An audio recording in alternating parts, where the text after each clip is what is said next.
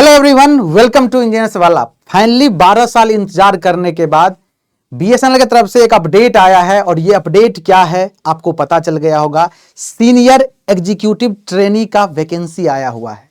आज मैं इस वीडियो में बात करने वाला हूं कंप्लीट सीनियर एग्जीक्यूटिव ट्रेनी का। आखिर इंपोर्टेंट डेट्स कब है, कब से कब तक फॉर्म फिलिंग होगी, एग्जाम कब होने वाला है, एग्जामिनेशन पैटर्न क्या होगा, सिलेबस क्या रहने वाला है, कौन कौन बच्चे इसमें एलिजिबल है, इन सारे पहलू पे हम बात करने वाले हैं। तो चलिए स्टार्ट करते हैं इस वीडियो को। वन बाय वन सारी चीजों को जानते हैं। क्या अच्छाई है इसमें, क्या ऐसा चीज है जो बच्चों को डिसअपॉइंट कर सकता है। और आप सारे बच्चे इस वीडियो को अगर देख रहे हैं तो अगर आप बीएसएनएल का इंतजार कर रहे थे तो इस वीडियो के नीचे कमेंट बॉक्स में जरूर बताइएगा।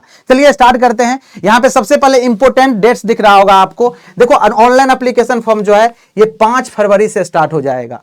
5 फरवरी से स्टार्ट हो जाएगा और लास्ट डेट जो है ये 7 मार्च तक रहने वाला है। लगभग मतलब आपको 1 महीने का टाइम दिया गया है फॉर्म फिलिंग का। इसके बाद देखो यहां पे लिखा गया क्या date and time start application, editing का टाइम मिलेगा। ये अगर कोई किसी तरह का करेक्शन होगा आपका तो उसका भी टाइमिंग दिया गया। 8 मार्च को इसका टाइमिंग है और ये एडिटिंग का जो क्लोजिंग टाइम है, एंड टाइम जो है ये 15 मार्च तक है, मतलब 1 सप्ताह का टाइम इसमें भी दिया गया। और इसके बाद एग्जाम डेट देखो ध्यान से दिया गया, date and time of examination CBT computer based test होगा और ये दिया गया 29 मार्च 2026। मींस आप ये समझ सकते हो ये जो नोटिफिकेशन आया ये 29 जनवरी को आया है और ये बोल दिया जो 2 महीने में हम पेपर भी लेने वाले हैं भाई। और ये भी बता दिया 29 मार्च को इसका एग्जाम है जो कि टेंटेटिव है। ओके, अब इसमें सबसे बड़ी बात है जब आप इसके डिटेल एडवर्टाइजमेंट को पढ़ोगे तो इसमें जो एप्लीकेशन फीस दिया गया है ना बेटा, ये बहुत डिसअपॉइंटेड है। यहाँ पे जो ये 2500 लिखा गया है ना, वही लिखा गया है। इसके बारे में आपका क्या विचार है आप बताइएगा, क्योंकि जो मेंशन है वो मैं बता रहा हूँ 2500 रुपया है जनरल कैंडिडेट के लिए और SC/ST के लिए ये जो है ये 1250 रुपया है। ओके, ये बात हो गई। अब यहाँ पे अगर मैं बात करूँ इसका ऑफिशियल वेबसाइट क्या है जहाँ पे फॉर्म फिलिंग करोगे, कोई भी जानकारी लेना है www.bsnl.co.in पे जाना है। पोस्ट टोटल जो सीनियर एग्जीक्यूटिव ट्रेनिंग का है ये 95 पोस्ट है। ओके, फॉर्म फिलिंग स्टार्ट 5 फरवरी से लेकर 7 मार्च तक होगा। एग्जाम डेट 29 मार्च है। Age limit 21 years minimum age है, 30 ईयर्स मैक्सिमम एज है। बेसिक पे 24,900 से लेकर 50,500 तक है और यहाँ पे कोई इंटरव्यू है। इसमें डिग्री वाले बच्चे जो बीटेक वाले बच्चे वो एलिजिबल हो सकते हैं। कौन कौन से branch, electronics and communication, computer science, IT instrumentation भी और इलेक्ट्रिकल भी। देखो सारी चीजें यहाँ मेंशन है, ये सारे ब्रांच। लेकिन एक इंपॉर्टेंट बात ये भी लिखा गया आपका यहाँ पे मिनिमम 60% स्कोर होना चाहिए। कितना? मिनिमम 60% स्कोर होना ही चाहिए, ये लिख दिया है। देखो मिनिमम 60% मार्क्स आपका होना ही चाहिए बीटेक में, बैचलर डिग्री में। और ये सारे ब्रांच देखो, electronics and telecommunication, electronics, computer science, information, electrical, instrumentation और combination of this discipline as core with other associated emerging branch सारे एप्लीकेबल है। ये सारे ब्रांच के बच्चे इस फॉर्म के लिए जा सकते हैं आप लोग। अब सबसे बड़ी बात आपके मन में आ रहा होगा सर इसका एग्जाम पैटर्न क्या रहने वाला है, क्योंकि ये 12 साल के बाद वैकेंसी आया है। देखो अगर एग्जाम पैटर्न का बात करूं तो यहाँ पे पार्ट 1 जो सबके पास कॉमन होने वाला है एप्टीट्यूड टेस्ट, क्योंकि इसमें 2 वैकेंसी है, एक CA CMA के लिए भी पोस्ट है। तो ये टेक्निकल का मैं बात कर रहा हूं जो कि सीनियर एग्जीक्यूटिव ट्रेनिंग का उसका बात कर रहा हूं। और पार्ट 2 आपका कोर रहने वाला है, जो आप कोर है उसका भी सिलेबस दिया गया बताने वाला हूं मैं। एप्टीट्यूड टेस्ट 40 नंबर का होगा, 40 क्वेश्चन। एक क्वेश्चन जो रहेगा 1 मार्क्स का रहेगा, 1 मार्क्स का रहेगा। 1 क्वेश्चन 1 मार्क्स का रहेगा। और अगर आपका गलत होता है तो यहाँ पे 1/4 नेगेटिव मार्किंग है। क्या है? 1/4 नेगेटिव मार्किंग भी है। इस बात को आप लोग ध्यान रखेंगे।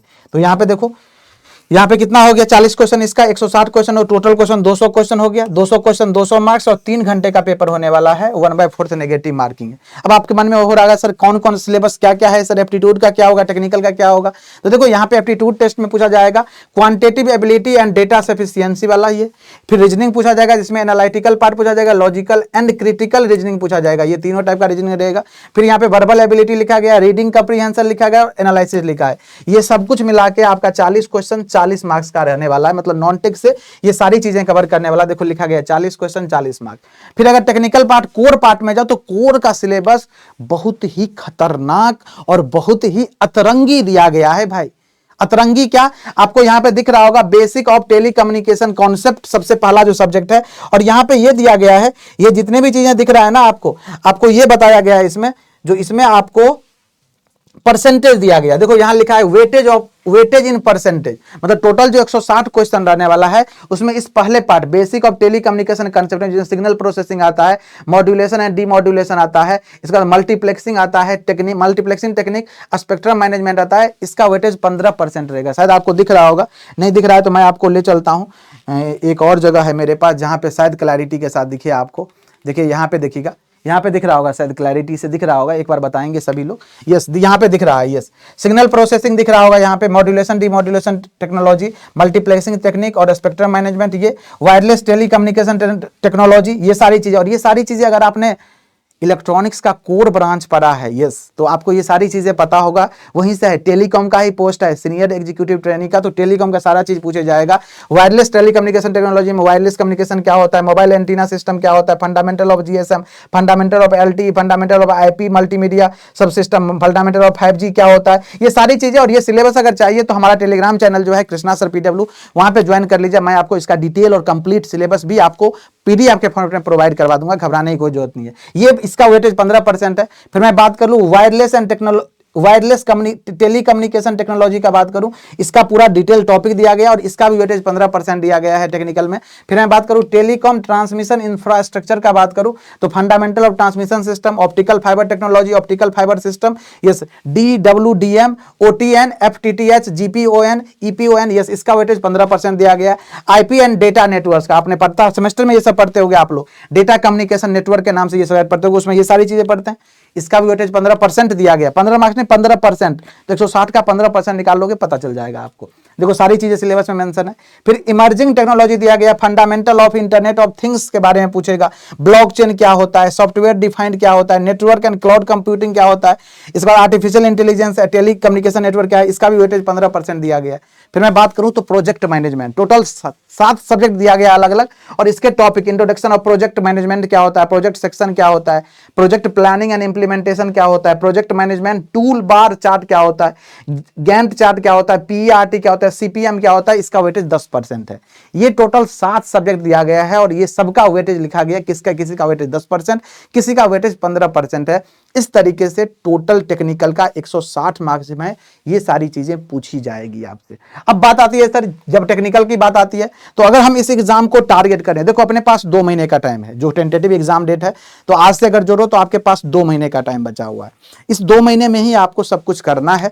तो सर आपका रिक्वायरमेंट ऑफ एग्जामिनेशन या रिक्वायरमेंट ऑफ इस एग्जाम को अगर क्रैक करना है तो आपको क्या क्या चीजें करनी चाहिए। तो सबसे पहली बात, know your syllabus and exam pattern, जो कि मैंने आपको बता दिया, डिटेल में सिलेबस बता दिया, एग्जाम पैटर्न बता दिया। Collect sufficient number of sources, very very important.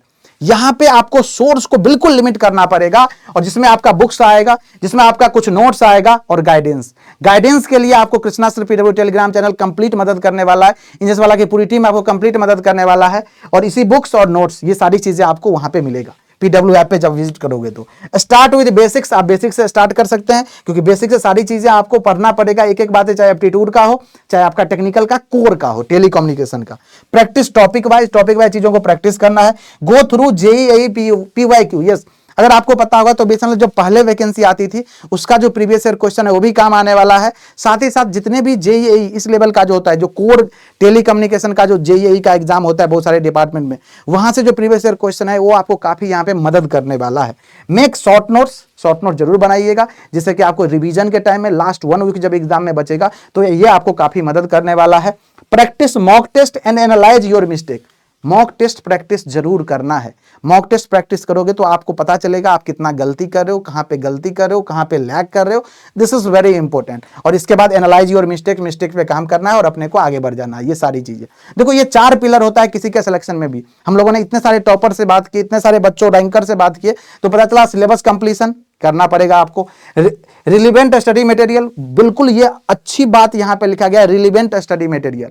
आपको बहुत सारे स्टडी मटेरियल मिलेगा, लेकिन आपको रिलीवेंट ही उठाना है, वही पिक करना है जहां से रैंकर आते हैं। और आपको पता है इस वाला टीम ने हर एक डिपार्टमेंट में, हर एक एग्जाम में रैंकर्स आपको दिखाए हैं, आपके सामने रैंकर्स बनाए हैं, तो आपको इस पर ट्रस्ट कर सकते हो आप। इसके बाद प्रैक्टिस एंड एनालिसिस। प्रैक्टिस जितना करोगे उतना ज़्यादा परफेक्शन आएगा, उतना चीज़ें आएगा आपको, और एनालिसिस अपने मिस्टेक को करके इंप्रूव करना है आपको। और लास्ट में revision. Revision is the key to success. किसी भी एग्जाम को क्रैक करने के लिए आपको रिवीजन करना ही पड़ेगा। तो ये सारी चीज़ें था जो मैंने आपको बताया है। मुझे लगता है ये सारी चीज़ें आपको हेल्प करेगा इस एग्जाम को क्रैक करने के लिए। इसके बावजूद भी आपके मन में कोई क्वेरीज है तो इस वीडियो के नीचे कमेंट बॉक्स में आप लिख दीजिएगा, डेफिनेटली मैं मदद करूंगा। और आप हमसे जुड़ सकते हैं Krishna sir PW Telegram channel पे, यहाँ पे लिखा हुआ है। फिर मिलते हैं, अपना लक्ष्य याद रखें, पढ़ते रहें, सीखते रहें। Thank you so much. जय हिंद।